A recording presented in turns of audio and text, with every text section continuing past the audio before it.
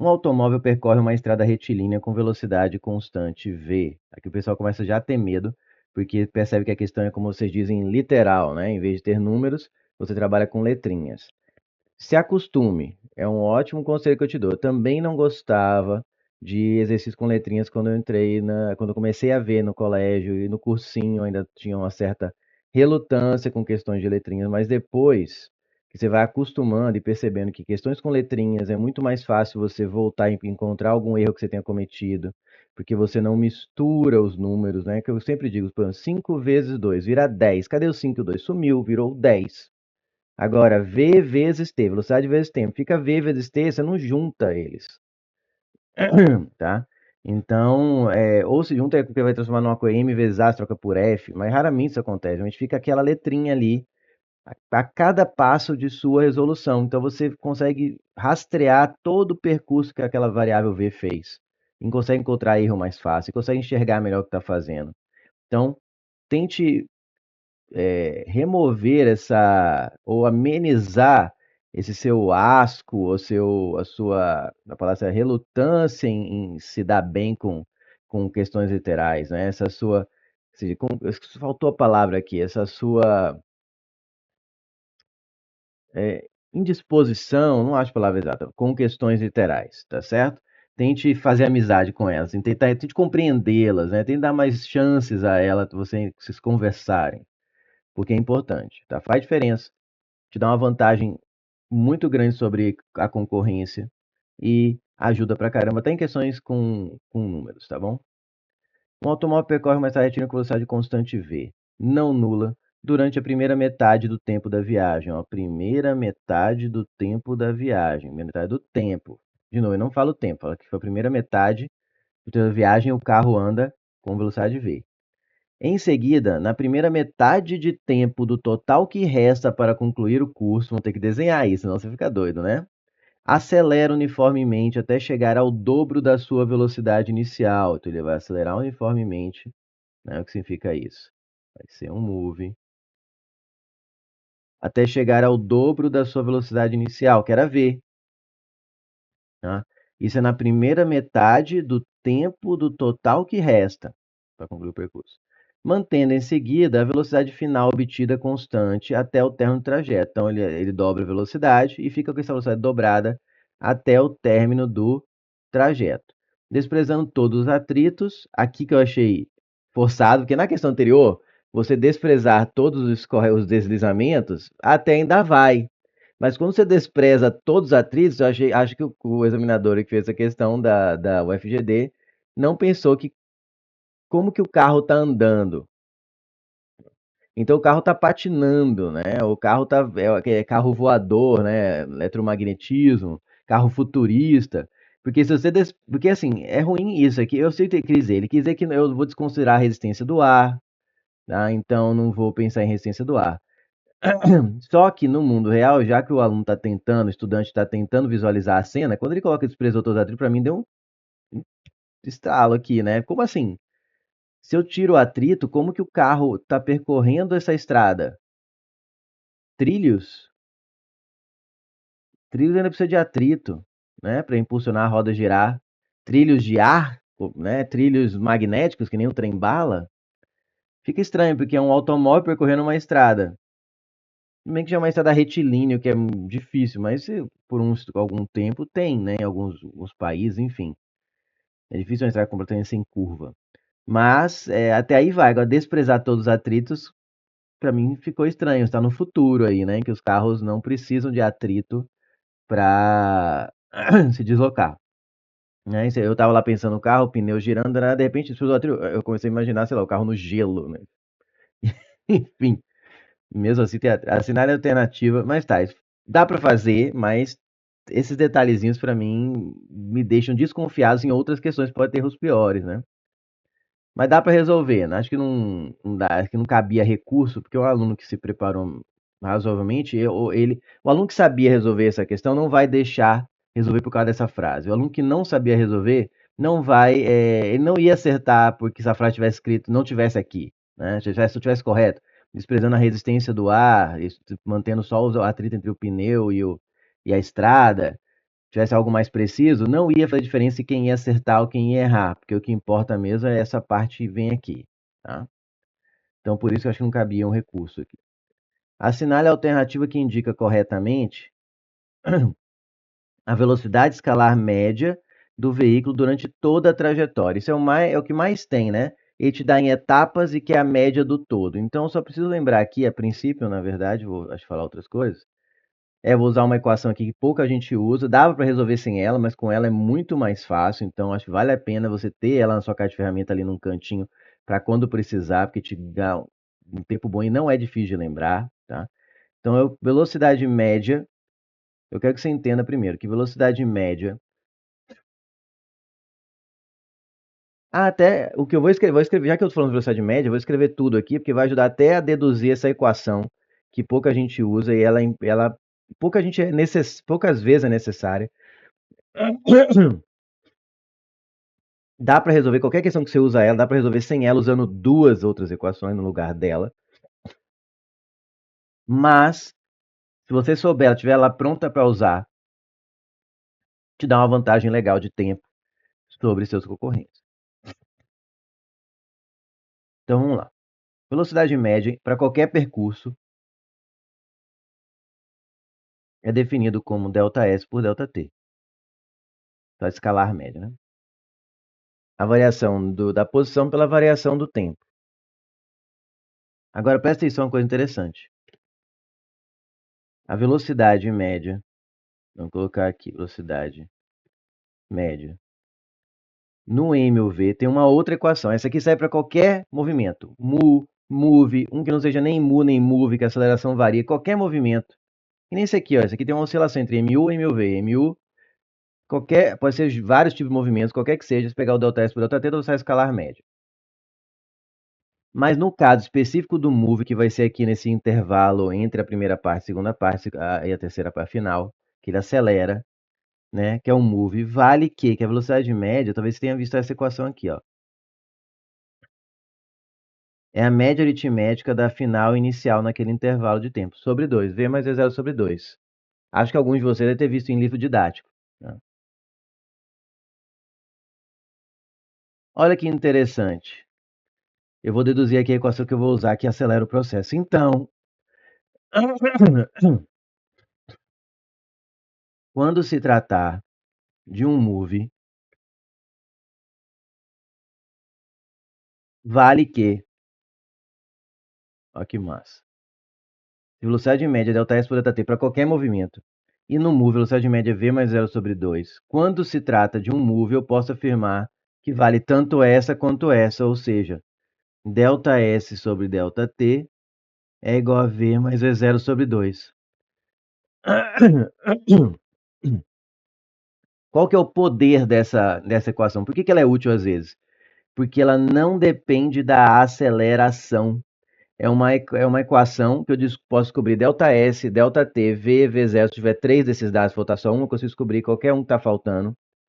E geralmente o move, o que é mais relevante no movimento uniformemente variado? É a aceleração ser diferente de zero, né? Tem um valor diferente de zero. É o que faz a maior diferença. Então você está sempre focado na aceleração e de repente cai um exercício em que você não tem o valor da aceleração e na verdade nem precisa descobrir, porque ele quer outra coisa, ele quer o V final, ele quer o tempo. E aí você vai ter que ir atrás da aceleração por uma outra equação do move para depois usar essa aceleração numa outra equação do move. Quando com essa equação você já resolve o problema sem nem ficar sabendo quanto vale a aceleração, porque às vezes a questão nem quer saber, que nem essa, por exemplo. Então vou usar essa equação, tá? Porque as equações, vamos colocar aqui as equações, movimento uniforme, quais são as mais importantes? O movimento uniforme, eu digo que é só uma mais importante, porque S igual a S0 mais VT você usa raramente quando tem instante de encontro, em vestibular não cai tanto, e basicamente você também deduz ela facilmente dessa aqui, que é muito mais prática, velocidade é ΔS por ΔT. Observe que aqui eu não pus velocidade média, tá? Por quê? Porque a velocidade média, no movimento uniforme, é a própria velocidade constante, né? Se eu vou de Goiânia até Brasília a 100 km por hora, sempre, sem mudar, qual foi a minha média? 100 km por hora. VM e V são iguais no movimento uniforme, né? E no movimento uniformemente variado? Vou colocar só move para ocupar meu espaço. Quais são as principais? ΔS igual a V0t mais AT quadrado sobre 2, que é a função do espaço. Ah, e o sorvetão? Basta pegar ΔS e transformar em S menos S0, S final menos em S inicial, e isolar o S final. Aqui também. Se quer o sorvete, S igual a S0 mais VT, basta pegar o ΔS, transformar em S menos S0, ΔT se escreve como T, e isola o S. Vira o sorvete. Então essa é a função horária da posição, ou da variação da posição. Tem a função horária da velocidade, V igual a V0 mais AT, e tem nosso amigo Torricelli, né? Que a gente sempre lembra quando a gente não tem o tempo, não tem e não quer saber qual é o tempo, né? Então, olha só que legal. Essa equação geralmente você usa quando você não tem e não quer descobrir a velocidade final. Essa equação normalmente, eu não estou dizendo que é sempre, não estou usando a palavra sempre, mas quase sempre você usa quando você não quer saber, não tem e não quer saber o ΔS. Observe que eu não estou falando só não tem, é não tem e não quer saber. E a torre de Chaito quase todo mundo lembra quando eu não tenho e não quero saber o tempo. E essa aqui é muito ninja, porque no Move você usa quando você não tem e não quer saber a aceleração do movimento. Então vamos agora aplicar tudo isso? Fiz uma revisão geral zona aí para vocês de movimentos da cinemática, movimentos lineares, né? E vamos lá. O que eu vou fazer aqui? Tem muita informação. Eu vou desenhar uma linha do tempo. Ó. Isso aqui é um eixo que mede o tempo, tá? Só, vamos colocar até aqui, eu não confundi o que eu vou fazer. Aí eu vou pegar a primeira metade dessa linha, que eu sei que isso aqui não é espaço, é tempo. Vou falar que aqui durou t.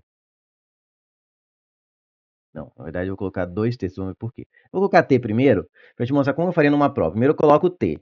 Daqui a pouco eu vou trocar isso para 2t, vamos ver por quê. E aí ele fala aqui que nessa primeira metade a velocidade era v, né? E não dá qual é o ΔS. Que é o que eu vou ter que descobrir nessa questão, é o ΔS, porque eu quero saber, no final das contas, qual é a velocidade média do percurso todo. Então, eu vou precisar do ΔS total e o ΔT total. E observe que as respostas estão em função de V, olha que legal. Tá, aí ele leu, um automóvel percorre uma estrada retilínea com velocidade constante V não nula durante a primeira metade do tempo da viagem. Marquei, ó, desenhei. Primeira metade do tempo, chamei de T, velocidade V. Em seguida, na primeira metade do tempo total que resta, então vou pegar o tempo que resta aqui e vou dividir em duas partes. Nessa primeira metade do tempo que resta, para concluir o percurso, acelera uniformemente. Então aqui vai ter um A, que eu não sei quanto é, mas é um move, tá? Aqui é um MU, aqui é um MUV, e a gente vai ver aqui que é um MU de novo. Acelera uniformemente até chegar ao dobro da sua velocidade inicial. Então aqui ele começa em V, que é que ele estava até aqui, ó, veio em V daqui até aqui. E aqui ele passa de V para o dobro, passa para 2V nesse intervalo aqui, ó. Tá certo? Ah, cadê? Mantendo em seguida a velocidade final obtida constante até o término do trajeto. Ou seja, esse 2V ele vai manter nessa aqui. Só que olha só, ele fala que é a primeira metade do tempo total que resta. Então, o que eu vou fazer? Para não ficar t sobre 2, que aqui é a primeira metade, chamei de t, a segunda metade chamei de t. Tem gente aqui que pode chamar de t sobre 2, que pior ainda, porque aqui vai ter que ter t sobre 4 e t sobre 4. E não está errado, mas a conta fica mais chata. Quem fez isso pode comprovar. Qual é a minha dica? Não usa fração. Pega o menor valor de t que você precisa aqui, o menor tempo, e chama de t, e os outros você vai aumentando. Então, eu vou chamar esse aqui de t, esse aqui de t, e como então esse aqui era, então já tem, ó, 2t foi uma metade, a outra metade do tempo é 2t. E aí o tempo total é 4t. Respeita tudo que ele disse, ó. Se eu pensar a questão e nada me impede isso, que o tempo total da viagem foi 4t. A primeira metade eu posso chamar de 2t, a primeira metade do que resta, que é 2t, é t, e a outra metade também é t, né? Metade, metade, isso aqui é a primeira metade do que resta, a segunda metade do que resta. Ah, pessoal, mas eu quis falar que é t, e aqui eu peguei metade t sobre 2, então aqui tudo isso aqui é t sobre 2, então isso aqui é metade do t sobre 4, t sobre 4. Também vai dar certo, fique à vontade, mas eu te dou essa dica, que é mais legal e mais ocupa menos espaço, as contas ficam mais simples, se você pegar a unidade mínima, ou seja, o menor intervalo de tempo da questão, e chamá-la ela de uma letra e as outras serem múltiplos dela, do que você pegar e chamar tudo de uma letra e depois ter que fazer um T sobre, T sobre. Às vezes, para adaptar a questão, fica mais claro se eu colocasse T sobre 2, T sobre 4, T sobre 4. Mas eu quero já dar essa dica que não é nenhum bicho de sete cabeças e ajuda pra caramba nas continhas e ocupar menos espaço e, e ganhar tempo. Tá? Então vamos lá. O que eu preciso? Achar o ΔS de cada parte, porque o tempo total eu já tenho 4t, mas eu quero o ΔS de cada parte. Então vamos chamar essa parte aqui de ΔS1, essa aqui de ΔS2 e essa de ΔS3, porque eu quero a soma deles para achar o ΔS total, para achar o VM total. Então vamos primeiro aplicar o quê? A primeira é o MU, vou colocar aqui o terceiro também é o MU, como que eu sei que o terceiro é MU? Mantendo em seguida a velocidade final obtida constante até o término do trajeto. Velocidade constante MU. Vamos lá. Vamos separar aqui. 3 partes.